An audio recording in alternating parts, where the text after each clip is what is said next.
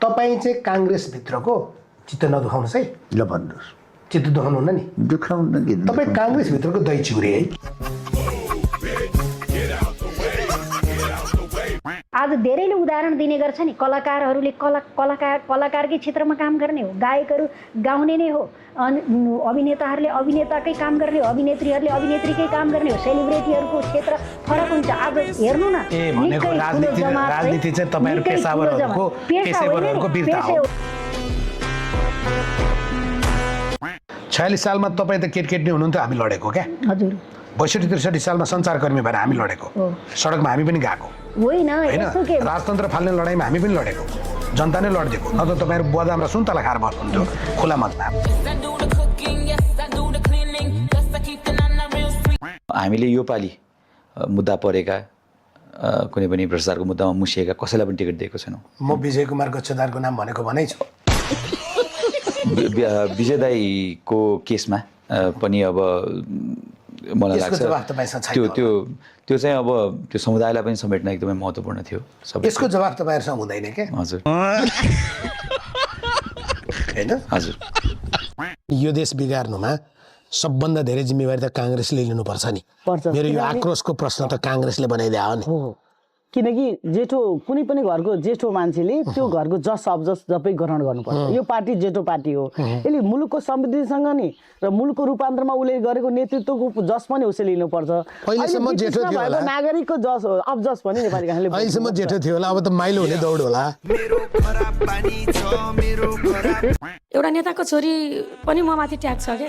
नेताको छोरी ट्याग होइन, तपाईँ नेताकै छोरी हो।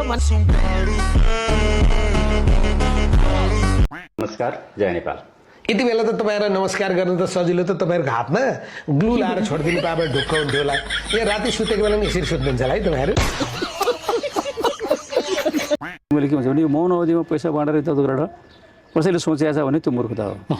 बादमा त अब त पैसा मौन अवधिमा बाँड्यो भने हाली चाहिँ पहिल्यै बाँड्नु पर्यो। यो लमजुङका जनताका लागि चाहिँ तपाईँले प्राप्ति गरेका चिजले तपाईँ भाग्यमानी, तपाईँलाई नेता बनाउनु चाहिँ लमजुङका जनता चाहिँ अभागी होइन। म तपाईँलाई अप्रिसिएट गर्छु। राष्ट्रियताको मुद्दामा तपाईँको अडान, परिवर्तनको मुद्दामा तपाईँको अडान, काङ्ग्रेस सुधारको मुद्दामा तपाईँको अडान। तर दिनभरि त्यही भाषण गर्ने, बेलुका गरे त्यही काङ्ग्रेसको कालो मुसो दल्ने, त्यो त तपाईँ नै हो। अनि पार्टीलाई कुनै कुरा त सुधार नपर्यो भने हजुरले नदी छ र नै बिजुली निकाल्नुहुन्छ, नदी छ र निकाल्नुहुन्छ, अहिले हावाबाट पनि निकाल्नुहुन्छ। हावा छ र न बिजुली निकाल्नुहुन्छ, सौर्य छ र न बिजुली निकाल्नुहुन्छ, तिनटै छ र छैन भने के छ नि? पार्टी छ र तपाईँले करेक्सन गर्नु। भने यो मुलुकका काङ्ग्रेस भएन भने मुलुक डुब्छ, आकाश झर्छ।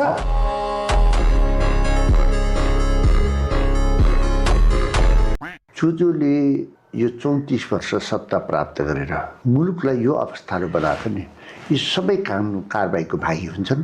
अबको पार्लियामेन्ट थुन्ने जेल कहाँ बनाउने? होइन, मैले हजुरले सुन्नु त, पार्लियामेन्टमा मैले बोलेको छु अब नेपालमा ठुलो जेलहरू बनाउनुपर्छ।